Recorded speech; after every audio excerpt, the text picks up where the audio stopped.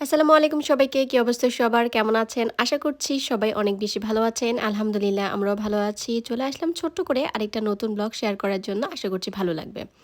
এই যে গাছটা দেখতে পাচ্ছেন, এই গাছটা কিন্তু হঠাৎ করে যখন আমি দেখেছি তখন আমি নিজেও চিনতে পারিনি। এই গাছটা হচ্ছে ডালিম গাছ। এই গাছটার সাথে আমরা কম বেশি সবাই অনেক বেশি পরিচিত।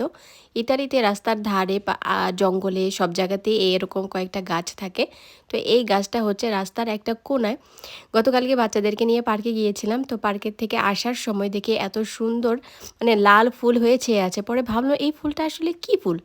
পরে যখন সামনে গেলাম তখন দেখলাম যে ছোট, ছোট ডালিমের কলি আসছে। তখন বুঝলাম যে এটা ডালিম ফুল। এই ফুলগুলো দেখতে এত পরিমাণ সুন্দর আর দূর থেকে খুব আকর্ষণীয় মনে হচ্ছিল। সেজন্য একটু কাছে এসে আপনাদের জন্য রেকর্ড করলাম এবং আজকে এটা শেয়ার করলাম।